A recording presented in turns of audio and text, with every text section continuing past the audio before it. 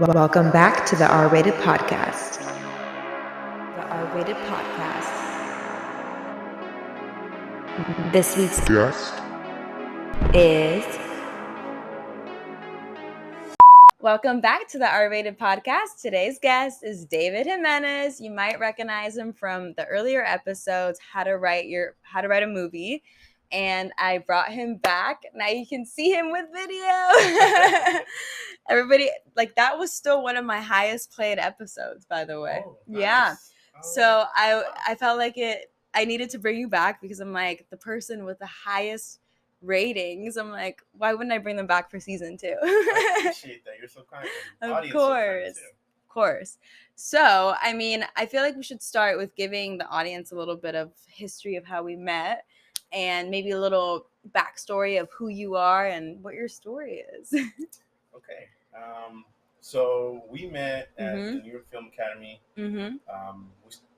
Man, I forgot exactly what year. I started in 2017. 2017, yeah. I started in January, but I took a semester off. So then I actually got put into David's class, which was a semester that you started the semester after because I took a break. Yeah, I think. So you must have started like in summer of 2017. Yeah, because I started spring.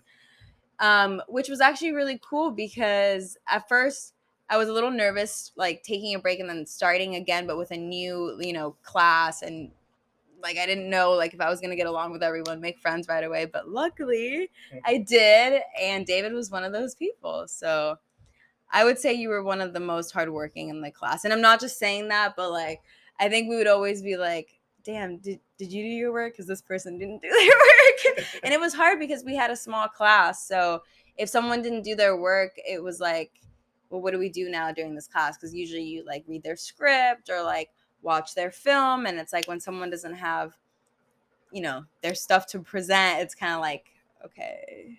Professionalism 101, right? Do the work. What, like, yeah, if there's any like advice you could give someone on like how to succeed in film school, because I feel like people might think that film school is easy because it's like, oh, it's for the arts, but that's what I thought. But like there was actually a lot of shit to do and a lot of time invested, and I feel like it wasn't as easy as everyone thought. No, I chose film school at first because I like my GI Bill was gonna run out. And I was like, you know what? I'm just gonna go get this money.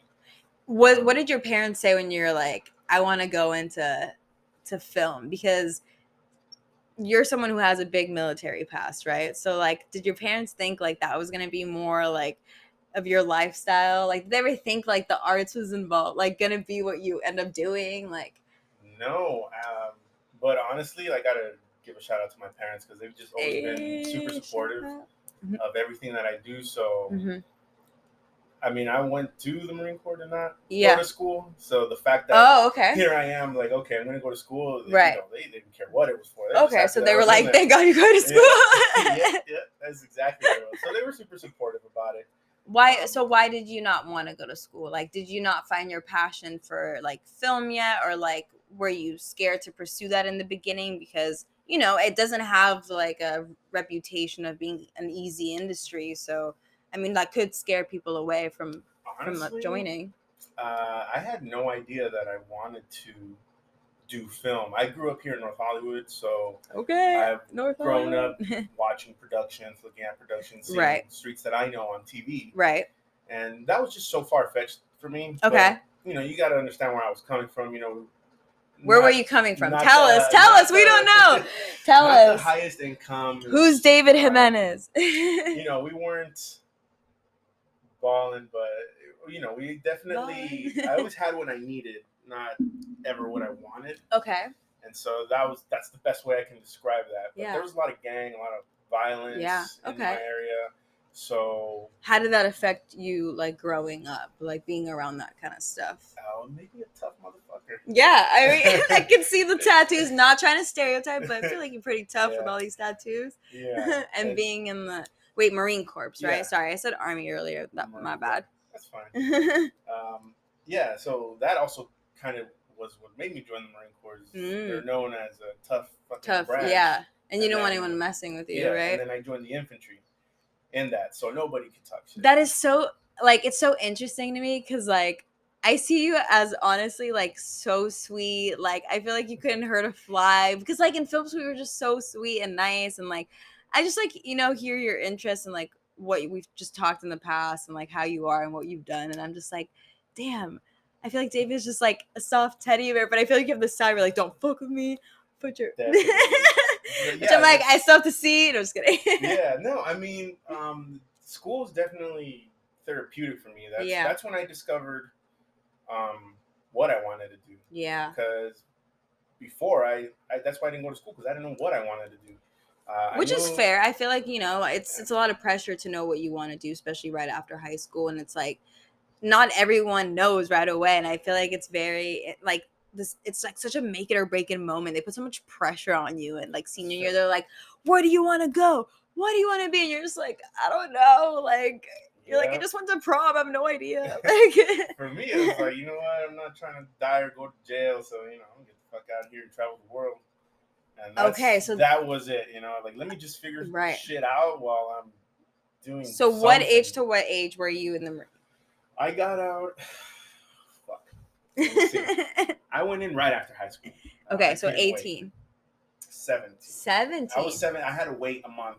No way. To turn 18. Oh shit, okay. That month. So you were like one of the younger ones like in your grade because I was always older in my grade. Like I was always I was younger. The oldest because my birthday's in August, so it's like either like you start with everyone but you're like the older one, or I would have waited another year and been like the young one in the next grade, but for some reason I was always the younger one. Okay. I was always the last one to turn 18. That's so interesting. I'm the exact opposite, and I'm like, damn it, I was always the old one. I hated it. Yeah, story of my life. But yeah, that's kind of how I got started. So the first minute of the first class, which was editing, I was a bit nervous, right? Because I love movies. Right. I have this huge collection. What's your favorite movie? Oh, fuck. Or like what's like your top 3? Okay, like top, because favorite movie is hard to like when people ask me that I actually get annoyed because I'm like, that's too hard of a question. Yeah, there's so many, and like I like I like different genres. Like I'm not just like stuck on one thing, and so it's like hard to just pick one movie. So top 3, I guess, that you really like. So I'm just gonna give you guys like kind of contrast. Right? Yeah. The first thing that comes to mind. So Full Metal Jacket. Okay. I saw that shit when I was 10. That's kind of what like put the Marine Corps in my head. Okay. I was like, damn, this looks tough. Yeah. Of course, once I was in there, I was like, that shit was a cake. Movie. But all right, so you have that. Right. And then you have. I really enjoy. Was it Willy Wonka or Charlie and the Chocolate? Charlie and the Chocolate Factory, the original one. Yes. The original one. Yes. No, it's such a good movie. It's that one. God, I honestly, those are the kid movies that I miss. Like where it makes you like even like Narnia, where it transforms you. Like you go into something, and you're like, wow, I want to be in that world. Like I want to get like lost in there. Like I want to find a fucking closet that takes me to the snow. Like that'd be great. Imagine. Okay, those are good picks. And third one? Damn, I guess I'd have to say, man, I like animated movies. Okay, I love animated movies. What are your? Let's see. I'm still a sucker for kid movies. Like I still watch all the new Disney animated movies and stuff. The thing about Disney is they make it so the kid can watch it, the adults can enjoy it. Yes, which I love. The whole family. Man, I'd have to say all the movies. There's just actually has nothing to do with I don't think Disney, but I liked Honey I Shrunk the Kids. Oh, that's a classic. I haven't seen that in forever. Oh my god, that's such a good one. So that's kind of like. You know who I miss is Robbie Williams, right? Not Rob. No, it's Robin Williams. Robin Williams, yeah, like Flubber, like Mrs. Doubtfire, like he's just such an OG, like and like even Night at the Museum, like I miss him, like I really do. Like there's just some actors and I'm like I'm really gonna just miss having even Jim Carrey. Like I just recently heard that he's gonna retire, and I was like he has a lot of OG movies that I used to watch, and it's kind of just like sad, like Bruce Almighty, like The Mask, like there's just so many that you kind of like they're there in the back of your head but you don't think about, and then when you're like oh yeah. That brought so many like happy memories, you know what I mean? Okay, so those are good selections. So you definitely had a feel for different genres that you like, but like when did you decide like, all right, I want to pursue this more? Like, yeah, when did you decide like this is the time I'm gonna go for it? Like this is what I want to do. In school. You already knew. Okay. So in school, I had no idea. Like I said, Okay. the first class, because I was kind of scared that it's going to ruin movies for me. Oh, yeah. Mm-hmm. So I went in there kind of like, Yeah. But as soon as like we got into editing, which was the first class, yeah, I'm in. Okay. I'm in. Like I knew that You knew it was this was it. okay. But what I wanted to do, in film you didn't know yet. Oh, okay. So you started film school not knowing what you wanted to do in film. Okay. Yeah, not knowing it. I didn't even know why you set up lights. I had no idea why it was daylight and why. Okay, so tell me how you ended up at New York Film Academy. Like, why did you choose that school? Because it was like in your area, or like who told you about it? Like, how did you hear about it? A friend of mine, Patrick, he's also a Marine. He was in their writing program. Okay. And so we were discussing. Thank God for that guy too. He always pushed me to like do better. We love people like that. Yeah. And so we were at a bar. We were drinking. I love it. And he was telling me that the GI Bill, had a limit. Yeah. And I was like, "Fuck that! I earned it." Yeah. Like I gotta use it. Yeah. And then he said, "Well," I told him the struggle, right? I don't know what I want to do, so like, what the fuck am I going to go to school for? I'm not going to waste that money either. How many years were you in the Marine? You said 7. 7 years. Yeah, 7 years. So you're like 27 in that moment. No. Sorry, no. 25. Something like that. Yeah, 25. Because you said you started 18. Yeah, like okay. Suck at math, but me too. I'm like, that's why I went to film school. And we had math there. I know. So upset. I literally was like tears in my eyes. But they're like, it's basic math, and I'm like, still. Yeah. All I know how to do is count money. Make it rain. Add and subtract. That's yeah, it. Right. Okay, so he's at the bar. He's telling you, I'm in the writing. He's already in the writing program. Yeah, he's already in there. And he's hyping it up. And he's. I've already met a lot of the guys that run the veteran program there. Okay. So we were already cool. I was already with them in that circle. Yeah. And I told him my concern, of course, is it's gonna kill movies for me. And he's been in my house. He's like, dude, no normal person just has a big movie collection. I was gonna say that. Tell them about your movie collection. It's pretty huge. It's taller than me. It's literally it's like a freaking movie library. Like I remember in school, I'd be like, "Oh, I've never seen that movie," and you'd be like, "You want to rent it?" Like it was literally like a fucking Blockbuster. It was awesome. Yep. And so he brought that up, and I was like, "Oh, I guess," And the first thing I asked him was, "Is there math?" And he lied to me. But I think it was a good lie. Yeah, it was a good lie because that might have scared you away. You might have been like, I was like, not for me. Yeah. That's so I ended up going and checking it out, and it took me a bit to get started. Yeah. But I finally did, and once I did, it never stopped. Wow. So when you sat in editing, you're like, I like the idea of editing, and then once you started because we have like editing, writing, cinematography, directing, we learned about everything. I mean, obviously it was mixed in with like learning educational classes, like math or literature, which that was a whole nother story. Stuff like that was mixed in, but like at the same time, it was a very hands-on program. So, like right away you're getting thrown into like shooting your projects, and like it's a team effort. Making movies a team thing, which is like something you learn really early on. So it's like if you're someone who doesn't work well with other people, you're gonna kind of struggle with that. Definitely. And I kind of saw that too. Like you kind of would think like, oh, like that, it's expected. That like everyone works well together in film school because they all know that like that's what it is. But it's actually not the case. Like there was definitely some times that people didn't work well together, or there was like a lack of communication, and and it kind of like affects the whole class because, like I said earlier, it's a smaller class, and you all kind of depend on each other doing their part of their, bringing their work to the table, so that way you can kind of like grow together as a filmmaker. But and different work ethics too. That was a big problem. Yeah, I feel like it was really interesting because I feel like it was a very diverse school, right? So everyone had very different upbringings.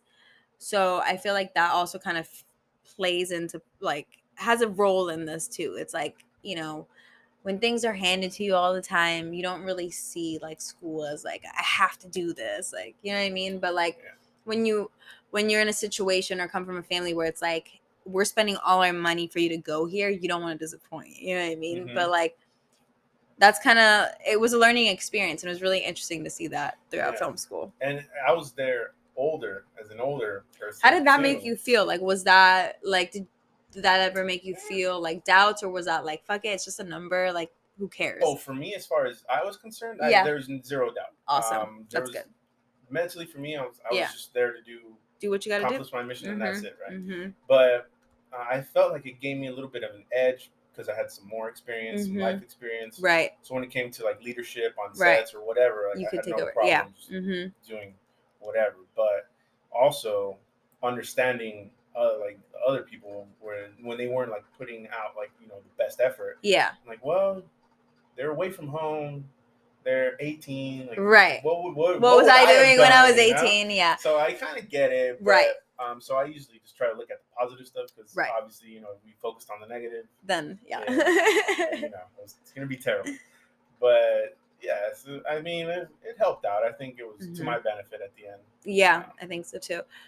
So now that you're done with film school and everything, you've decided like directing and writing is the main thing that you want to pursue? Yeah. But I've been doing more producing. Okay, which hey, that's not bad. It's I really enjoy it. I like the business of it. Figuring things out and not so much the emails, but but definitely assembling the crew, assembling the production, and finding because once you find your team, it's easy. You can like great. snowball into more projects together.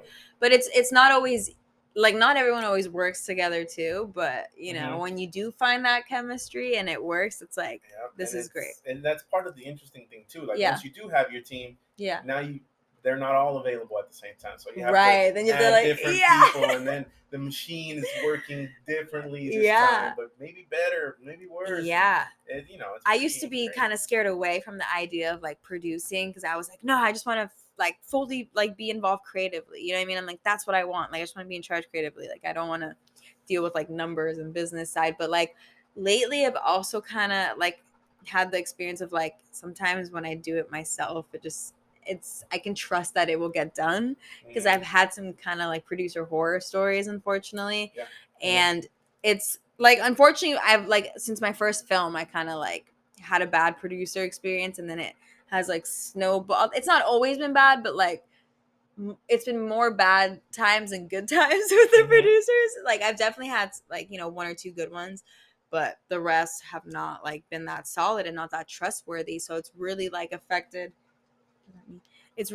my like trust and like ability to like really be able to like trust that you will get that shit done. And so I've taken matters into my own hands and kind of like forced myself to start learning the producing side of things because I've just gotten fucked over financially too many times by producers. And like it's weird because you have to have that trust of like, hey, show me the receipts, like let's write everything down, like. And it's like when people start getting defensive about that part, that's what stresses me out. Yeah, and like that's why when I do produce, because I know what I want out of a producer and what I need, and so I just do that. I give the people that. What I would. Which is honestly how it should be. Like work and treat people the way you would want your stuff to be.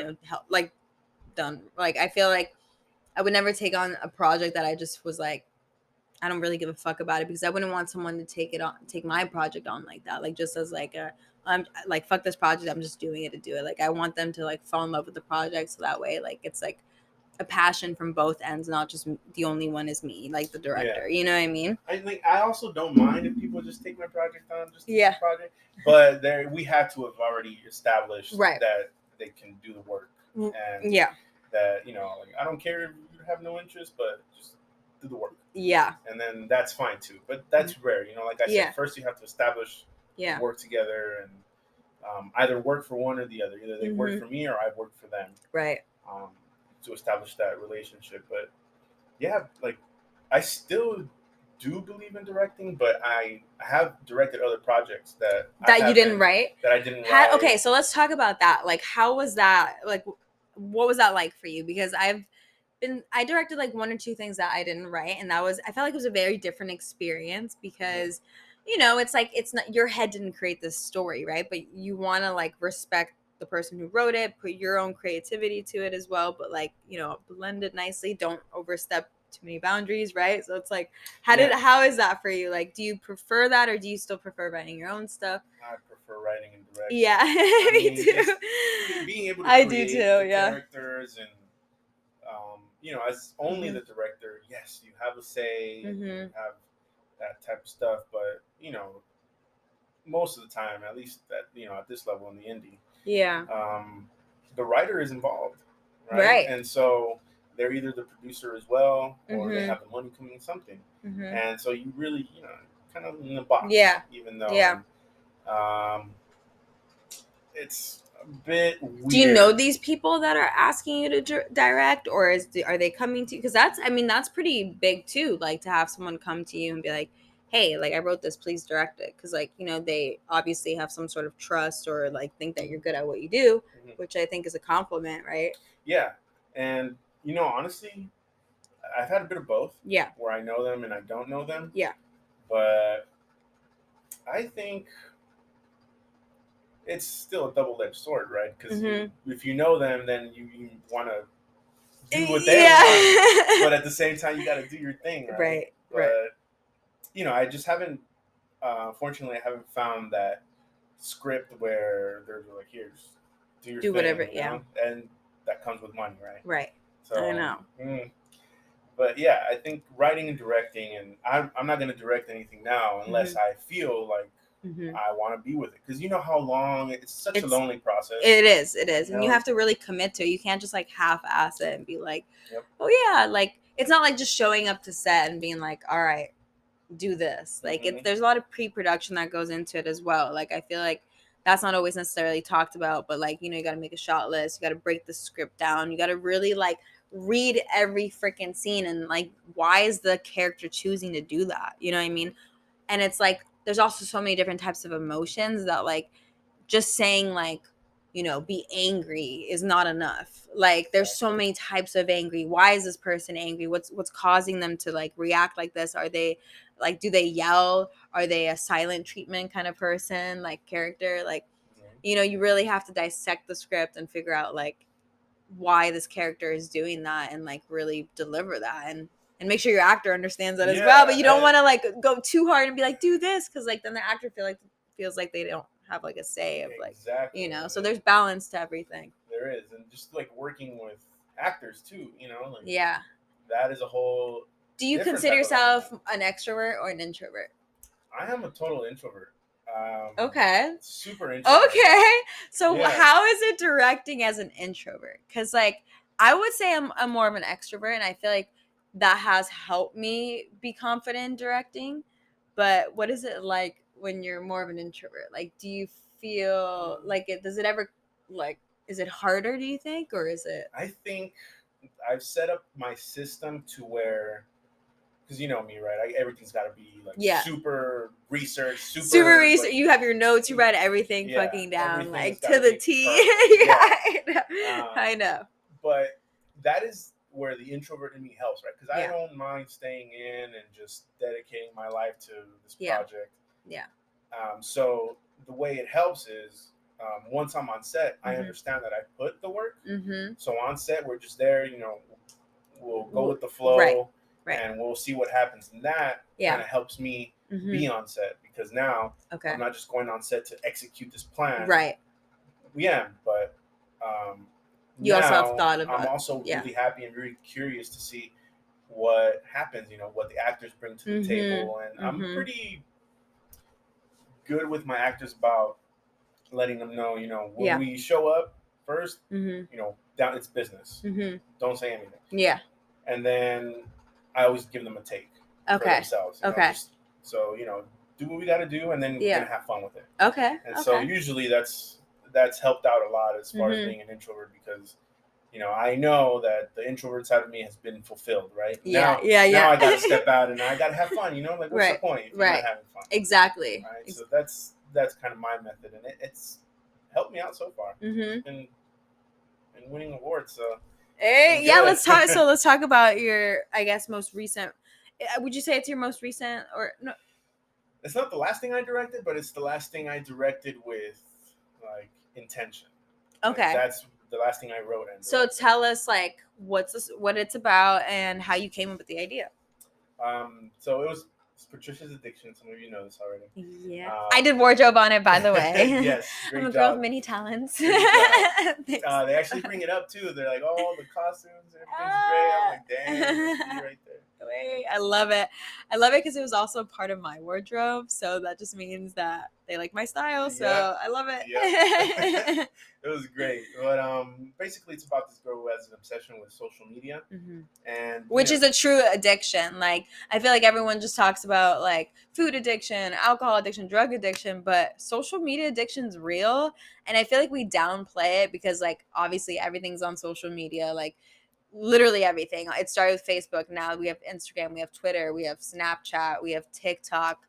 I'm sure there's like 20 other things that are out there that I haven't even like listed, but I don't even use all of it because I'm scared that I'll get too sucked in. Like, I already feel like I'm deep in it. Like, I'm not like, well, I don't know. I mean, some people would say it's an addiction if you go on Instagram more than like 5 times a day. Like, how many times do you click the app? You know what I mean? It depends what you're doing. Like if it's full of like brain stuff, things to make you better, that's one type of social media. But if you're just there looking but at how, like, selfies and I want to know, like, honest question to yourself: how many times are you going on Instagram, and is it for like, research? Like, is it like enhancing your brain, like, or are you just going to like detach and like watch silly videos? Like, what is it? I'm curious. How many times a day do you go on Instagram, do you think? Me? It's definitely when I'm trying to take a break. Okay. And just unwind. Or when it's at the end of the day and we're not doing anything, because not so much that I'm like against it, because I was against it for a while, but it's important. I think it's a tool. Yeah. That I've got to learn how to use better. It's like I have a love hate relationship with it, because it's like, that's all you need. Like, I needed to like promote the podcast and projects that I work on. I'm like, here, like, look at this. And then it's also nice to just detach and not like have to like be present to what you're doing. You can just like check out and like see other things. Like, I definitely am someone that likes to do that. And I think I also sometimes get inspiration for other things. Like, I follow a lot of film pages on Instagram, or like, there's an account, it's like Lost in History Pics, and it's like all these old film photos that like that are just like really interesting, and I'm like, oh my god, like I could create a story out of this, like just from a photo. It's just like cool to get inspiration. Or like even seeing like people use like color palettes, like different greens, or it's just like cool. I'm like, oh, that's like something that I maybe didn't think of that I can now like add into film. But I do feel like sometimes I spend too much time on it. Like, your phone notifies you where it's, I don't know, like the iPhone, like it's like, yep, you have an Android, right? So the iPhone fucking tells you, it's like, you've spent an average of like 6 hours on your phone today. It's like 10% higher than last week. And I'm like, stop. I'm like, don't tell me. But it's also good to know, because then, maybe you start holding yourself accountable for how many times you're actually going on the apps, and, go outside also. I feel like that's a good, we forget. But okay, so it's about social media addiction. And pretty much it's about this girl just trying to become an influencer. So she has a great following. Yeah. But the thing is, she's exploiting her friends and trying to attain her goal, right? To become bigger, better, better. And that seems pretty real. Like, I feel like we live in an era full of, influencers, people wanting to be influencers. It seems like a fun career. Like, it seems cool to like be able to pay everything through like posting stuff. I'm sure it gets tiring sometimes, because you kind of have to put up a front and always be like be that character that they know, almost like you're, have to always be like happy, smiling, like maybe eating the best things because that's your brand. I don't know. But I feel like that story is it's at a great time, because we see a lot of it now. And and actually, it was done like a bit ago, but it's still really very current. Relatable. Yes, exactly. So I'm truly happy about that. What made you pick social media as the addiction out of all the things? There's a couple of things, right? Okay. First, it was one of my friends. He was just creating group chat after group chat after group chat. Ah, okay. So it was based off someone you know. Yeah, and it's it got to the point where the same people were in the same, like in different group chats, but they were just titled differently. the group chats, right? So we would just that low key drives me nuts. I'm Yeah. like, just keep it in one group chat. and then maybe there would be one person missing from that other group chat, so he posts something there and then posts it on another so that one person can get it. And so just my phone was going crazy. I'm like, what the fuck? And it never stops. And then it's like if you don't check it right away, it notifies you again. It's like bing, bing, bing, bing. Yeah. It's So like, it was that. It was a combination of that, and also just being at a restaurant and seeing a group of people like just gathered around the table, and everybody just looking down. Like they are together, looking down, or the food comes and everybody, fucking photo shoot now. Yeah. No, I know. It does take away from the it's like live in the moment. Like I was actually in Italy, and it was at a nice restaurant with a beautiful view, and I sat across from this like couple, and they were both just on their phone the whole time, and I literally was just like, I was just really curious to see how long it would take for them to like kind of like break the phone and start talking. And it literally took until the app, so they ordered, the guy still had the phone out and she was like ordering and he was ordering, but they still had the phones out. Like they were like, it's almost like, oh, I'm sorry, you're like bothering me while I'm on my phone to order.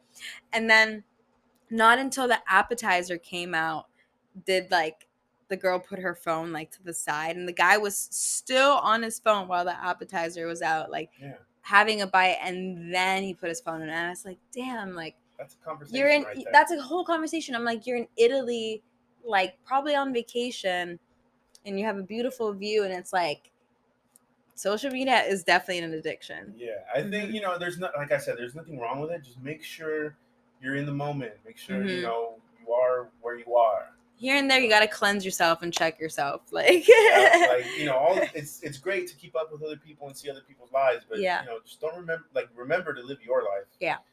That's mostly what I wanted to say here. Yeah. That and don't exploit people for your viewers, right? Right. Viewers don't give a shit. They'll they'll drop you. For no reason. Just because times change or something changed. But at the end, you're fucking over your peers and the people who are actually close to you. Yeah. And that's where I think it's a problem. But other than that, I think whatever. Yeah. I mean, I'm there too. Shit. So, what's the next type of genre of short film you'd want to write and direct? Like, is it still like something comedic, or do you want to tap into a different genre? Like, what is your genre? Like, what do you usually? I know that one was a comedy, but like, is that your forte, or? I don't believe in genre. I like that because I've always said that too. I feel like in film school they were like, pick a genre.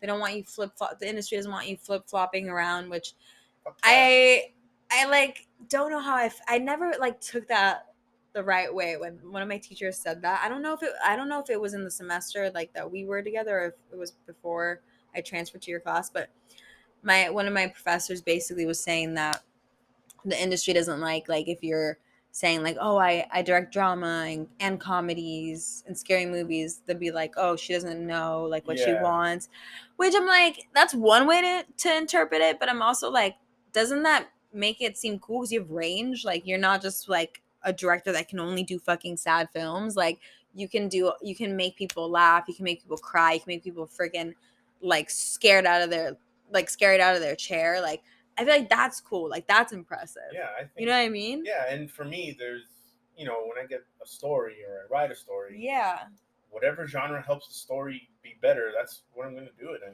And it's like actors get to do it. Like you know, I mean, Adam Sandler is obviously, you see him as like a comedic actor. Like he does funny movies, funny family movies, but he did Uncut Gems, which is like a serious drama.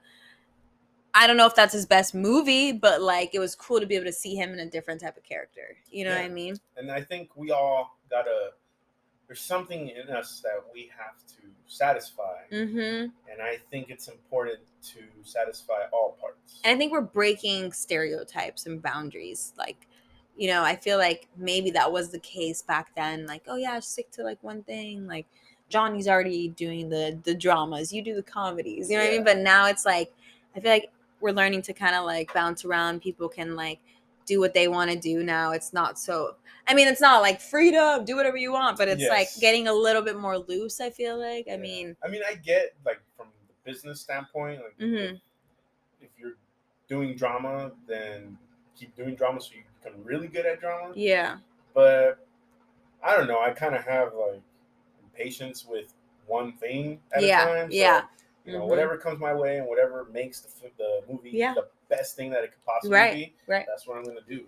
So, what do you think your next genre will be? Like, what are you gravitating towards? Coincidentally, it's gonna be another comedy. Okay. But Honestly, I love it though, because I really do want to like write and direct a comedy. I've been doubting myself a little bit because I'm like, I'm not that funny. I don't think I'm funny either. Really? At all. I think you're funny because I feel like, I mean, obviously in your film, like there's moments where you laugh, so it's like you're definitely funny. Yeah. Well, I mean, only you would know that, right? Because you know how Yeah, it is. yeah. You know how it is.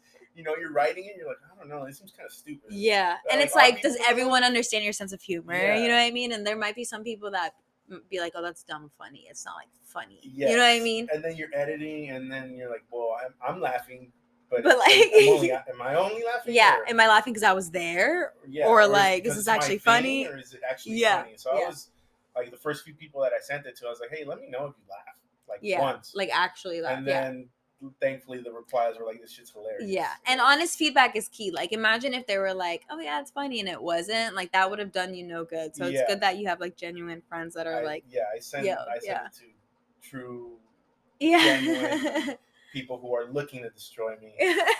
That's what I want. I like notes to destroy me. I really enjoy. Well, I mean, I don't enjoy it, but I really feel like now we can move on. We can take what we need and apply, because you remember sometimes we'd write or we'd have our things showcased and be like, any notes, any thoughts? Nobody. Like, fuck, seriously? This shit ain't perfect. No, I know exactly. My next question, also I want to hear your opinion, because we're kind of talking about comedy and this happened to a comedian. What was your thought process on the Will Smith slap at the Oscars? I thought it was unprofessional. Yes. Okay.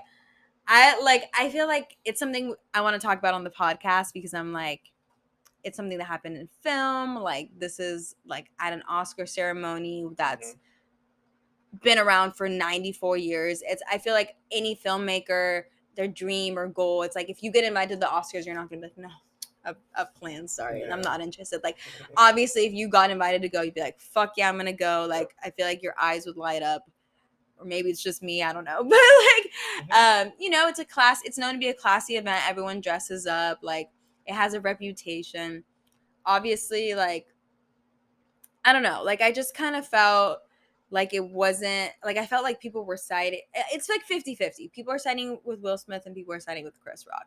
I feel like I'm someone who knows about comedians, and I love comedy shows. I've been to comedy shows, and I feel like there's like a line of like you can't take it too seriously. Like, it's like, it's meant to be funny.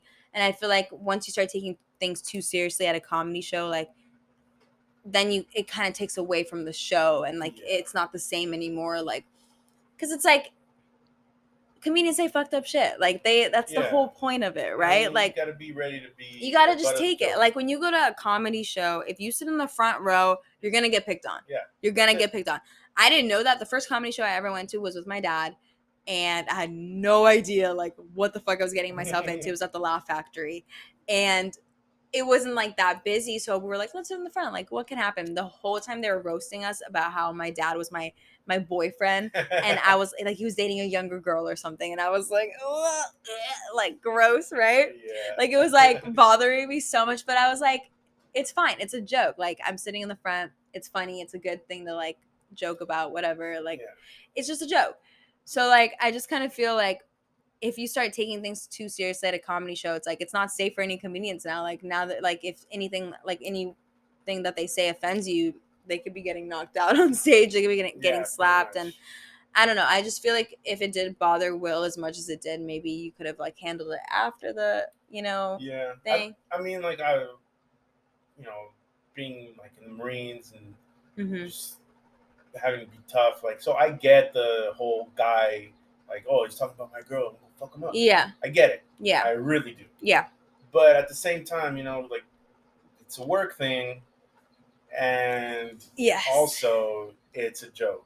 And then, so for me, it's just something's got to be going on with Will. Right, something deeper, personal, which I Yeah. do. I mean, obviously something, because like I feel like it wouldn't have caused him to react Yeah, that was a hard big because he reaction. laughed. He laughed in the Yeah. beginning, so that's what like threw me off, and that's why I almost thought it was fake, because I'm like, I saw you laughing. Like they literally panned to you and you were laughing, and then when you look over and saw Jada's face and she made that face at you, that's when he decided to go up and slap Yeah. Chris Rock.